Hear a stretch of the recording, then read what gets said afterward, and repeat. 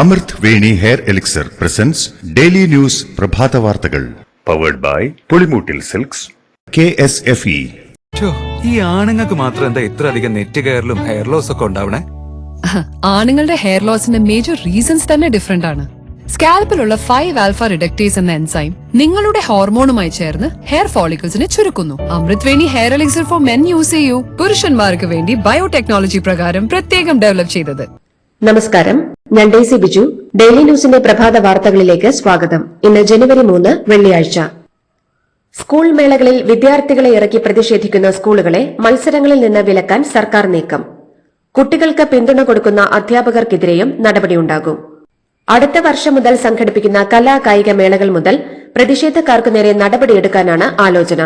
അതേസമയം എറണാകുളത്ത് നടന്ന സംസ്ഥാന സ്കൂൾ കായികമേളയുടെ സമാപന ചടങ്ങിൽ വിദ്യാർത്ഥികളും അധ്യാപകരും പരസ്യ പ്രതിഷേധവുമായി എത്തിയ സംഭവത്തിൽ മലപ്പുറം തിരുനാവായ നാവാമുകുന്ദ, എറണാകുളം കോതമംഗലം മാർ ബേസിൽ എന്നീ സ്കൂളുകളെ അടുത്ത വർഷത്തെ കായികമേളയിൽ നിന്ന് വിലക്കാനും സർക്കാർ തീരുമാനിച്ചു.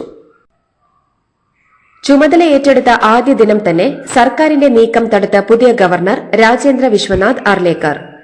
ഗവർണറായിരുന്ന ആരിഫ് മുഹമ്മദ് ഖാന്റെ സുരക്ഷാ വലയത്തിലെ വിശ്വസ്തരായിരുന്ന ഏതാനും പോലീസ് ഉദ്യോഗസ്ഥരെ ഒഴിവാക്കി പുതിയ ആളുകളെ വച്ച സർക്കാർ തീരുമാനമാണ് ഗവർണർ തിരുത്തിയത്. ഇതിനായി ഡിജിപിയുടെ ചുമതലയുള്ള എഡിജിപി മനോജ് എബ്രഹാമിനെ ഗവർണർ രാജ്ഭവനിലേക്ക് വിളിച്ചുവരുത്തി. ഒഴിവാക്കപ്പെട്ടവർ തന്നെയാണ് ഗവർണറോട് പരാതി പറഞ്ഞതെന്നാണ് വിവരം. ഇതോടെ സർക്കാരിനും ആഭ്യന്തര വകുപ്പിനും വേണ്ടപ്പെട്ടവരെ രാജ്ഭവനിലേക്ക് നിയോഗിക്കാനുള്ള നീക്കമാണ് നടപ്പാകാതെ പോയതെന്നും റിപ്പോർട്ടുകളുണ്ട്. കേരളത്തിലെ മന്ത്രിമാരുടെ പേഴ്സണൽ സ്റ്റാഫ് നിയമനത്തിന് മാനദണ്ഡം കൊണ്ടുവരണമെന്ന ഹർജിയിൽ സംസ്ഥാനത്തിനും PSCക്കും മറുപടി നൽകാൻ 6 ആഴ്ച സമയം നൽകി സുപ്രീംകോടതി. നേരത്തെ കേസിൽ വിശദമായ വാദം കേൾക്കാൻ കോടതി തീരുമാനിച്ചിരുന്നു. സംസ്ഥാന സർക്കാർ അടക്കം എതിർകക്ഷികളുടെ മറുപടി ലഭിച്ച ശേഷം സുപ്രീംകോടതി വിശദമായ വാദം കേൾക്കും. പൊതുമേഖലാ സ്ഥാപനമായ കേരള ഫിനാൻഷ്യൽ കോർപ്പറേഷനെതിരെ പ്രതിപക്ഷ നേതാവ് വി.ഡി. സതീശൻ ഉന്നയിച്ച കോടികളുടെ അഴിമതി ആരോപണത്തിൽ മറുപടിയുമായി ധനമന്ത്രി KN ബാലഗോപാൽ. നിയമം പാലിച്ചാണ് 2018 നിക്ഷേപം നടത്തിയതെന്നും ലാഭവും നഷ്ടവും ബിസിനസിൽ വരുമെന്നുമാണ് മന്ത്രിയുടെ പ്രതികരണം.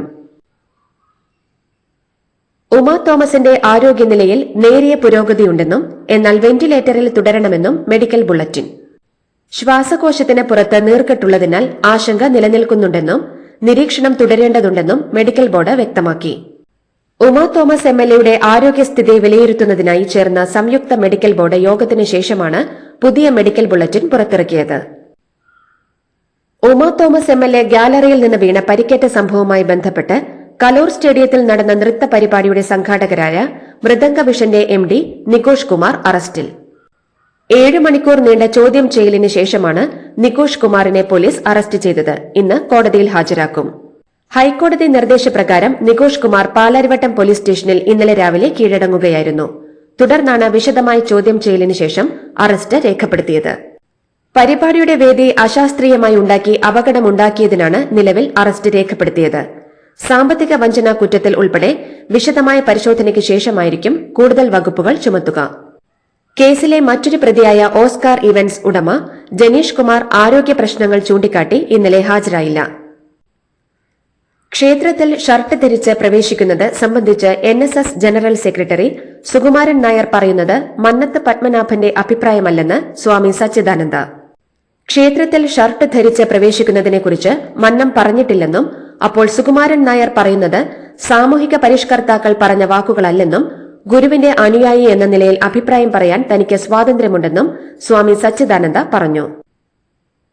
കൊല്ലം പടപ്പക്കരയിൽ അമ്മ പുഷ്പലതയെയും മുത്തച്ഛൻ ആന്റണിയെയും തലക്കടിച്ച് കൊലപ്പെടുത്തിയ പ്രതി അഖിലിനെ നാട്ടിലെത്തിച്ചു. ഒളിവിൽ കഴിഞ്ഞ പ്രതിയെ ഇക്കഴിഞ്ഞ തിങ്കളാഴ്ചയാണ് ശ്രീനഗറിൽ നിന്ന് കുണ്ടറ CI V അനിൽകുമാറിന്റെ നേതൃത്വത്തിലുള്ള സംഘം പിടികൂടിയത്. സംസ്ഥാനത്ത് ഉയർന്ന താപനില മുന്നറിയിപ്പ് ഇന്നും തുടരുമെന്ന് കേന്ദ്ര കാലാവസ്ഥാ വകുപ്പ്. കേരളത്തിൽ ഇന്ന് ഒറ്റപ്പെട്ട ഇടങ്ങളിൽ സാധാരണയേക്കാൾ 2 മുതൽ 3 ഡിഗ്രി സെൽഷ്യസ് വരെ താപനില ഉയരാൻ സാധ്യതയുണ്ടെന്ന് കേന്ദ്ര കാലാവസ്ഥാ വകുപ്പ് മുന്നറിയിപ്പ് നൽകി.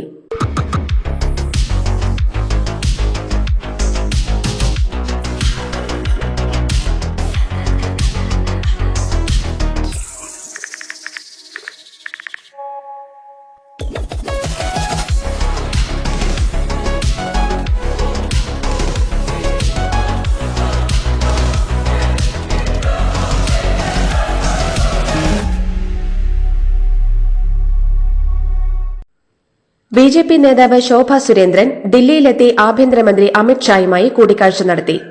കേരളത്തിലെ ബിജെപിയെ പ്രതീക്ഷിച്ച ലക്ഷ്യത്തിലേക്ക് എത്തിക്കാൻ തനിക്ക് ആത്മവിശ്വാസം നൽകുന്നതാണ് അമിത് ഷായുമായുള്ള കൂടിക്കാഴ്ചയെന്ന് ശോഭാ സുരേന്ദ്രൻ പ്രതികരിച്ചു. ശോഭാ സുരേന്ദ്രനെ ബിജെപി അധ്യക്ഷ സ്ഥാനത്തേക്ക് പരിഗണിക്കുന്നു എന്ന സൂചനകൾക്കിടെയാണ് അമിത് ഷായുമായുള്ള നിർണായക കൂടിക്കാഴ്ചയെന്നതും ശ്രദ്ധേയമാണ്. സംസ്ഥാന സ്കൂൾ കലോത്സവം നടക്കുന്ന ജനുവരി 4 മുതൽ 8 വരെ കാലയളവിൽ കിഴക്കേക്കോട്ടയിൽ ട്രാഫിക് നിയന്ത്രണം ഏർപ്പെടുത്തിയിട്ടുണ്ടെന്ന് വിദ്യാഭ്യാസ മന്ത്രി വി ശിവൻകുട്ടി. കിഴക്കേക്കോട്ട മുതൽ ഗണപതി ക്ഷേത്രം വരെ റോഡിന്റെ ഇരുവശങ്ങളിലും കെഎസ്ആർടിസിയുടെയും സ്വകാര്യ വാഹനങ്ങളുടെയും സർവീസ് നടത്താൻ അനുവദിക്കില്ലെന്നും അദ്ദേഹം വ്യക്തമാക്കി. 6 വർഷം നീണ്ട നിയമ പോരാട്ടത്തിനും 20 മാസത്തോളം നീണ്ട വിചാരണകൾക്കുമൊടുവിൽ പെരിയ ഇരട്ടക്കൊലക്കേസിലെ കുറ്റവാളികളെന്ന് കണ്ടെത്തിയ 14 പ്രതികൾക്കുള്ള ശിക്ഷ ഇന്ന് വിധിക്കും. കൊച്ചിയിലെ പ്രത്യേക സിബിഐ കോടതിയാണ് വിധി പറയുന്നത്. കേസിലെ 10 പ്രതികൾക്കെതിരെ വധശിക്ഷ വരെ കിട്ടാവുന്ന കുറ്റങ്ങളാണ് ചുമത്തിയിരിക്കുന്നത്. പത്രാധിപർ എസ് ജയചന്ദ്രൻ നായർ അന്തരിച്ചു. ബംഗളൂരുവിൽ മകളുടെ വസതിയിൽ ഇന്നലെ വൈകിട്ടായിരുന്നു അന്ത്യം. 85 വയസ്സായിരുന്നു. മലയാളത്തിൽ വാർത്താ വാരികകൾക്ക് സവിശേഷമായ വ്യക്തിത്വം സമ്മാനിച്ച പത്രാധിപരാണ് ജയചന്ദ്രൻ നായർ. തിരക്കഥാകൃത്ത്, എഴുത്തുകാരൻ, നിരൂപകൻ എന്നിങ്ങനെ മേഖലകളിലും വ്യക്തിമുദ്ര പതിപ്പിച്ച അദ്ദേഹം ദീർഘകാലം കലാകൗമുദി, സമകാലിക മലയാളം വാരികകളുടെ പത്രാധിപത്യം വഹിച്ചു.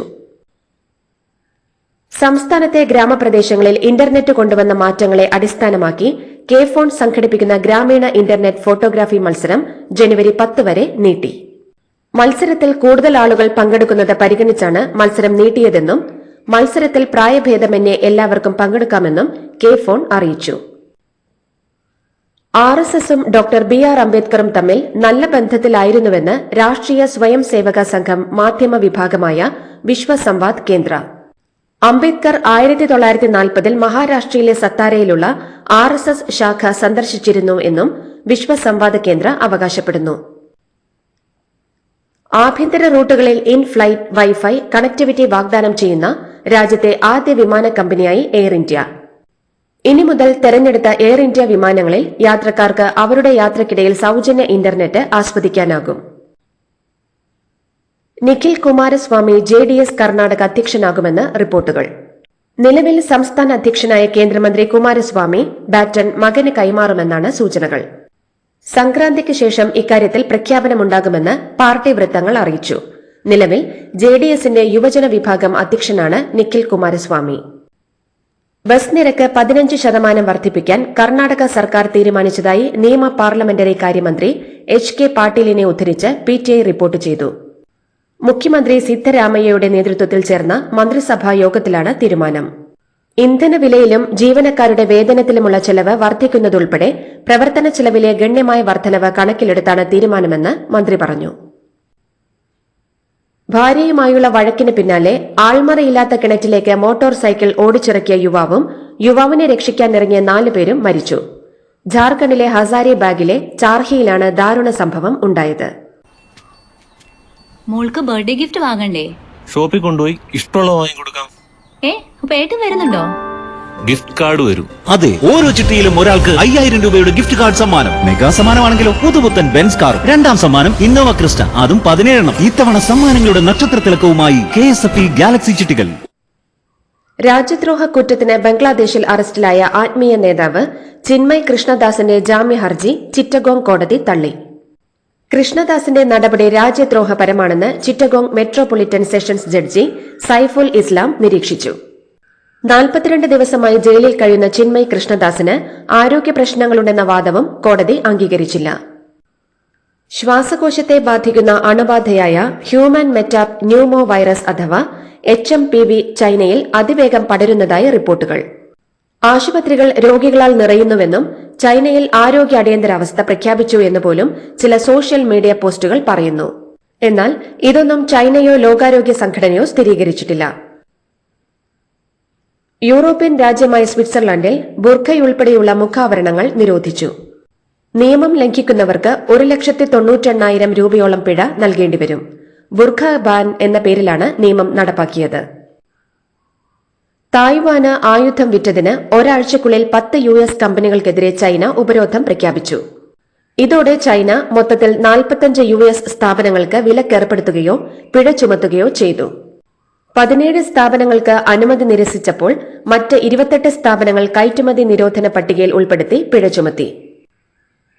അമേരിക്കയിലെ ന്യൂ ഓർലീൻസിൽ പുതുവത്സരാഘോഷത്തിനിടെ നടന്ന ഭീകരാക്രമണത്തെ ഭീരുത്വമെന്ന് വിശേഷിപ്പിച്ച് പ്രധാനമന്ത്രി നരേന്ദ്രമോദി. പുതുവർഷാഘോഷം നടത്തുകയായിരുന്ന ആളുകൾക്കിടയിലേക്ക് ട്രക്ക് ഇടിച്ചുകയറ്റിയുണ്ടായ ആക്രമണത്തിൽ 15 പേരാണ് കൊല്ലപ്പെട്ടത്. നിരവധി ആളുകൾക്ക് പരിക്കേൽക്കുകയും ചെയ്തിരുന്നു. വിമത നീക്കത്തെ തുടർന്ന് ഭരണം നഷ്ടപ്പെട്ട് റഷ്യയിൽ അഭയം തേടിയ സിറിയൻ മുൻ പ്രസിഡന്റ് ബഷാർ അൽ അസദിനെ വിഷം കൊടുത്ത് കൊലപ്പെടുത്താൻ ശ്രമം നടന്നുവെന്ന് റിപ്പോർട്ട്. ഞായറാഴ്ച അസദിന് ശാരീരിക അസ്വസ്ഥതകൾ ഉണ്ടായെന്നും കടുത്ത ചുമയും ശ്വാസമുട്ടലിനെയും തുടർന്ന് അദ്ദേഹം ചികിത്സ തേടിയെന്നും റിപ്പോർട്ടുകളുണ്ട്. ആഫ്രിക്കയിൽ നിന്നുള്ള കുടിയേറ്റക്കാർ സഞ്ചരിച്ച 2 ബോട്ടുകൾ മുങ്ങി ടുണീഷ്യയിൽ 27 പേർ മരിച്ചു. 87 പേരെ രക്ഷപ്പെടുത്തി. മെഡിറ്ററേനിയൻ കടൽ കടക്കാൻ ശ്രമിക്കുമ്പോഴായിരുന്നു അപകടം. യൂറോപ്പിൽ മെച്ചപ്പെട്ട ജീവിതം തേടി അനധികൃതമായി ബോട്ടുകളിൽ പോയവരാണ് അപകടത്തിൽപ്പെട്ടത്. രാജ്യത്തെ പരമോന്നത കായിക ബഹുമതിയായ ധ്യാൻചന്ദ് ഖേൽ രത്ന പുരസ്കാരത്തിന് ഇത്തവണ 4 താരങ്ങൾ അർഹരായി. ഒളിമ്പിക്സ് മെഡൽ ജേതാവ് മനു ഭാക്കർ, ലോക ചെസ് ചാമ്പ്യൻ ഡി ഗുകേഷ്, പുരുഷ ഹോക്കി ടീം നായകൻ ഹർമൻ പ്രീത് സിംഗ്, പാരാലിമ്പിക്സ് സ്വർണ്ണ മെഡൽ ജേതാവ് പ്രവീൺ കുമാർ എന്നിവർക്കാണ് ഖേൽ രത്ന പുരസ്കാരം ലഭിച്ചത്. ബോർഡർ ഗവാസ്കർ ട്രോഫിയിൽ ഇന്ന് ആരംഭിക്കുന്ന ഓസ്ട്രേലിയക്കെതിരായ നിർണായക സിഡ്നി ടെസ്റ്റിൽ രോഹിത് ശർമ്മ കളിക്കില്ല. പകരം ശുഭ്മാൻ ഗില്ലിനെയാണ് ടീമിൽ ഉൾപ്പെടുത്തിയിരിക്കുന്നത്. ഇതോടെ പേസർ ജസ്പ്രീത് ബുംറയാണ് ടീം ഇന്ത്യയെ 5ാം ടെസ്റ്റിൽ നയിക്കുക. മോശം ഫോമിൽ രൂക്ഷ വിമർശനം നേരിടുന്ന രോഹിത് ശർമ്മ സിഡ്നിയിൽ കളിക്കില്ലെന്ന് ഇന്ത്യൻ സെലക്ടർമാരെ അറിയിച്ചിരുന്നു.